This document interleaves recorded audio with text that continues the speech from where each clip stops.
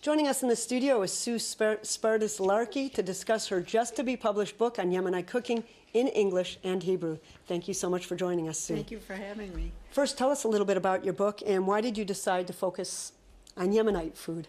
Well, my specialty has been bread making, and I fell in love with the Yemenite breads, and I started researching to learn more about them. They have a very rich roster of breads, but with the breads you need the food. So I started, I originally started lecturing on breads or speaking about the history of bread in elderly centers.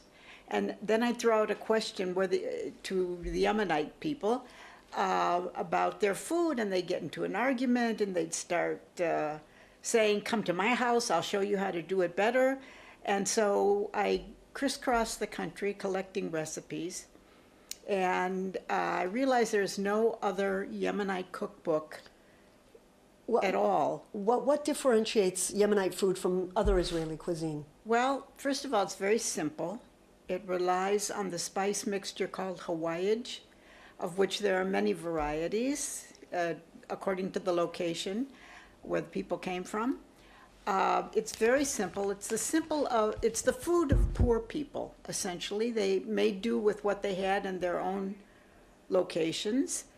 And people think of it as being very spicy, but it's not. It's the schug, the hot pepper paste that's served with it, that gives it its pizzazz, so to speak. How easy are the recipes to follow for, say, someone who isn't a professional cook? Well, I broke the recipes down into very small steps so that it looks like a long recipe, but it's not. It's step by step to guide the cook through the cooking.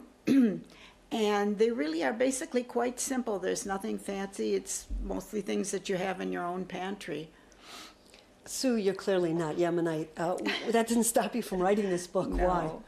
Why? My brother-in-law is from Aden, and I began eating the Yemenite food, and I realized if Yisrael Aharoni can print a cookbook about Chinese cooking, why can't I do one about Yemenite cooking? And I just enjoyed so much crisscrossing the country and meeting these elderly cooks who were so intent on preserving their traditions and passing on their traditions.